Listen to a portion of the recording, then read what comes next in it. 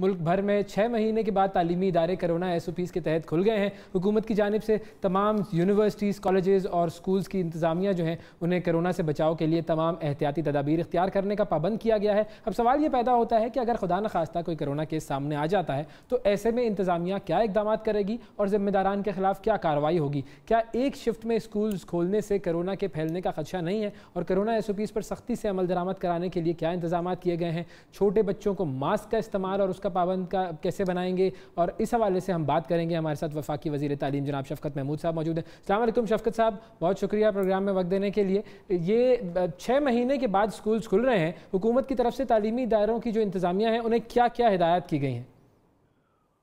بسم اللہ الرحمن الرحیم۔ سب سے پہلے تو یہ ایک مبارک دن ہے کہ پاکستان میں اس وبا کی جو شدت ہے اس میں کمی ہوئی اور ہم اس قابل ہوئے کہ ہم اسکولز کھول رہے ہیں۔ یہ آسان فیصلہ نہیں تھا، اس کے لیے بہت زیادہ تحقیق کی، بہت سارا ڈاکٹرز نے اور ہیلتھ ڈپارٹمنٹ نے ہمیں ایڈوائز کیا اور NCOC نے اپروو کیا۔ تو اس طرح کر کے ہم نے یہ مشکل فیصلہ کیا کہ اب وقت آ گیا ہے کہ تعلیمی ادارے جو ہیں وہ کھولے جائیں، یونیورسٹیز ہوگی، کالج ہوں گے، سارے ان کو کھولا جائے۔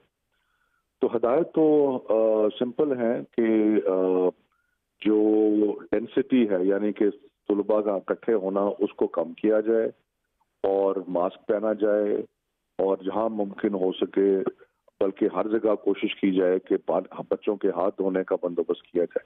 تو یہ 3 تو بڑے سمپل SOPs ہیں، باقی تفصیلات ہیں وہ بہت زیادہ ہیں، لیکن یہ سمپل SOPs ہے۔ اس پہ ہم نے سارے اسکولوں کا عمل درآمد کریں، اور مجھے ابھی تک خوشی ہے کہ اسلام آباد کے اسکول جو کہ ہماری ڈائریکٹ ذمہ داری ہے وہاں پہ SOPs پہ عمل درآمد ہو رہا ہے۔ یہ بھی بتائیے گا کہ اب جیسا ہم سب جانتے ہیں تعلیمی اداروں میں کرونا وائرس SOPs پر عمل درآمد کرانا مشکل ہے، ظاہر ہے ٹیچرز کے لیے بھی اور اسٹوڈنٹس کے لیے بھی فالو کرنا ایک مشکل سی چیز ہے۔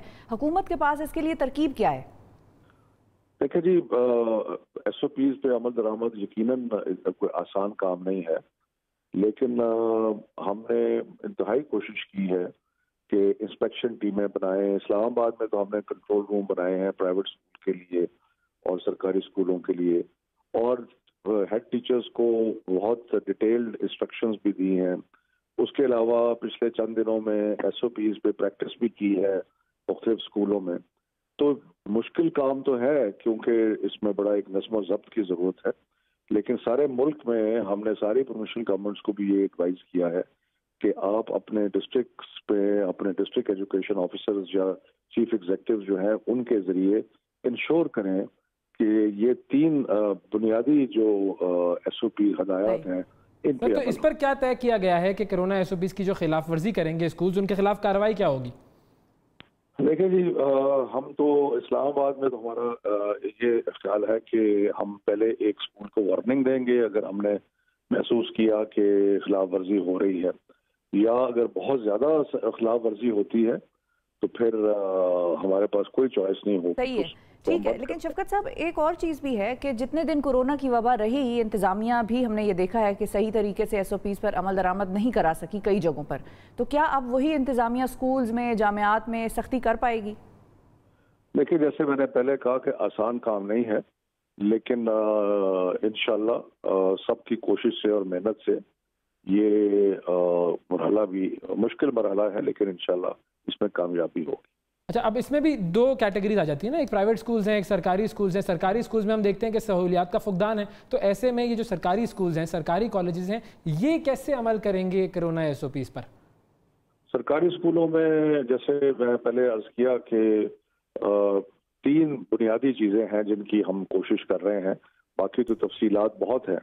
ایک یہ کہ کلاسز کو ڈیوائڈ کر دیا جائے سیکشنز میں، تاکہ ان میں سیکشنز میں ڈیوائڈ ہونے کی وجہ سے بچوں کی جو ایک جگہ اکٹھا ہونا ہے وہ کم ہو جائے، جس کو انگریزی میں ڈینسٹی کہتے ہیں۔ تو ایک تو یہ ہے۔ دوسرا یہ ہے کہ ہر اسکول جو ہے وہ کوشش کرے کہ وہاں پہ ہاتھ دھونے کا بندوبست ہو، اور تیسرا یہ کہ ہر بچہ جو ہے وہ ماسک پہنے۔